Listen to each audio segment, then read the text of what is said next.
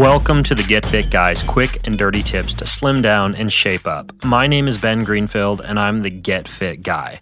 As you probably have guessed, you simply would not be able to listen to a Get Fit Guy episode this close to New Year's Day without getting a few quick and dirty tips about resolutions. So in this episode, you'll learn how to avoid the 6 most common New Year's resolution mistakes and ensure that your fitness and fat loss goals are successful. So let's jump right in. Mistake number 1 is not quantifying your goal. Vague goals are very difficult to achieve, and examples of vague fitness goals would include run more, lose weight, or get stronger. Any of these could be made more specific and more achievable by quantifying them. For example, you could say run a total of 60 minutes each week instead of run more, or lose 1 pound every 2 weeks until I've lost 20 pounds instead of simply lose weight, or bench press 5 extra pounds each week until I can bench press my own body weight instead of get stronger. You'll notice that all of these are quantifiable goals in which you can track your progress. You'll notice that those last 2 examples I gave actually have an end goal in mind, which leads to my next point. Mistake number 2 is not setting dates or benchmarks. If there's no start date, end date, or end goal, also known as a benchmark for your resolution, it can be pretty hard to get started and very hard to complete. After all, imagine if you had to run a marathon with no idea where the starting line, ending line, or any of the middle points were. If you just had to run until someone said stop, that'd be pretty tough. So when you set a resolution, you must set a start date, such as the first Monday in January, I will weigh myself, and then an end date or an end goal, such as I lose a pound every 2 weeks until May 31st or until I've lost 20 pounds. And if you need help with realistic dates and goals, just head over to the Get Fit Guy Facebook page at facebook.com/getfitguy for more tips. Mistake number 3 is setting too many goals. Depending on your personality, it can be easy to go overboard with your resolution making.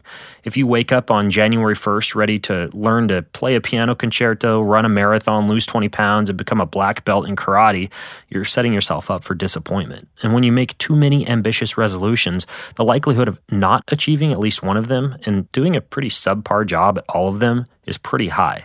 Despite the temptation to use New Year's as motivation to get a lot done, it's better and more efficient to focus on just one big goal and not to become distracted and overwhelmed by other dreams.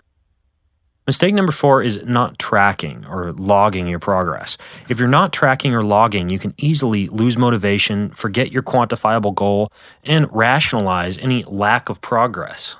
Whether it's stepping on the scale each day and writing down the number, taking a front and side photo at the end of each week, or timing how fast you can run a mile at the end of each week, you must have a way of checking in on your progress. If your goal involves swimming, cycling, or running, I recommend using an online tracking and logging software that I use, one called Training Peaks, and I'll put a link to that in the show notes. That makes it easy to keep tabs on your activities and even share your workouts with your friends on Twitter or Facebook.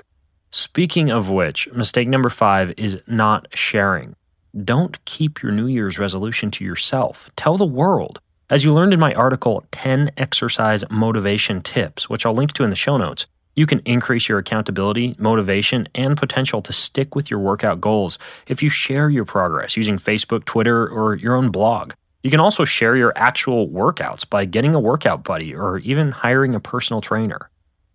Mistake number 6 is not expecting setbacks. Let's face it, there's going to be periods of time when your progress towards achieving your resolution doesn't go exactly as planned. For example, I'm personally an all-or-nothing personality, and that means that if I've made a commitment to exercise for an hour a day, and then I have a day in which I can only go, say, 20 minutes, I can easily get discouraged and feel ready to give up on my goal. But that's silly. Every little bit of progress that you or I make towards our goals really does count, no matter how small. So even when the going gets tough and you don't accomplish as much as you think you should just keep on plugging away.